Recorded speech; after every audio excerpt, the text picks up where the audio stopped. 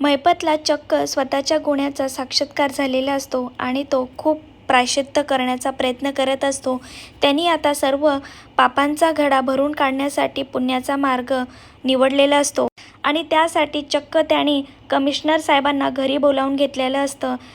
Mahipat commissioner साहेबांना म्हणतो, साहेब, जे काही माझ्याकडे आतापर्यंत साठवलेले हत्यारे होते, जे काही गुन्हे मी केलेले आहेत, त्याचं मला प्रायश्चित्त करायचं आहे।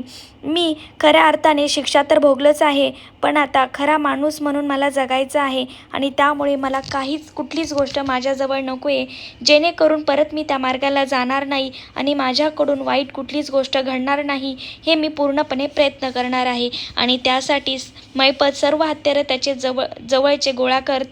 त्याच्याजवळ बऱ्याचशा बंदूक, चाकू, खूप काही हत्यारे अजून असतात आणि सर्व काही कमिशनर साहेबांना घेऊन जा असं म्हणतो। मी जेलमध्ये राहून शिक्षा भोगलो आहे, कुठलाच गुन्हा माझ्या हातून मला घडवायचा नाही, कोणत्याच निष्पाप जीवाला मला आता मारायचं नाही, कुणालाच दुखवायचं नाही, मला एक चांगलं जीवन जगायचं आहे, असं तो साहेबांना सांगत असतो। आणि हे ऐकून सचिनला मात्र खूप मोठा धक्का बसतो। सचिन विचार करतो, मी तर ह्याला जेलमधून दुसऱ्याच कामासाठी बाहेर काढले, पण हा काय बोलत आहे मला खरंच काही कळत नाही। मला वाईट मार्गाने पैसा खूप कमवायचा आहे, म्हणून मला याचा सपोर्ट हवा होता, त्यामुळेच मी जेलमधून याला बाहेर काढलं, पण असा हा का वागत आहे। सचिन मात्र पूर्णपणे गोंधळून गेलेला असतो आणि त्याला महिपतला जेलमधून बाहेर काढण्याचा खूप पश्चाताप होत असतो।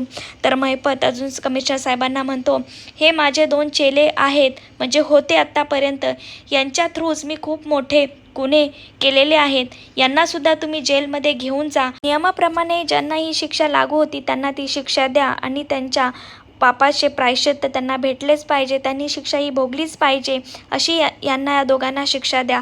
ते महिपतसमोर हात जोडत असतात, आमचे लहान लहान लेकरं आहेत, त्यांना कोण सांभाळेल, आम्ही तुमच्या सांगण्यानुसार काम करत होतो, आम्ही फक्त पैशांसाठी करत होतो।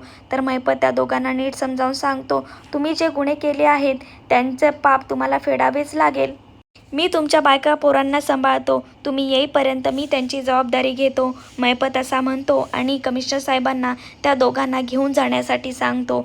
अक्षरशः खरंच महिपतमधला हा बदल पाहून तुम्हाला खरंच काय वाटते, प्रत्येक व्यक्तीनं असा बदल करून घ्यायला पाहिजे का? माणूस हा चुकीचा पुतळा आहे, चुका माणसाकडनं होत राहतात, पण त्या गोष्टीचं प्रायश्चित्त करणं हा खरंच खूप मोठी गोष्ट आहे आणि महिपतला ती गोष्ट झालेली आहे। महिपतमधील हा बदल तुम्हाला कसा वाटला मला कमेंट करून नक्की सांगा। असं सिरियलचे सर्वात आधी अपडेट पाहण्यासाठी माझ्या चॅनलला सबस्क्राईब करा।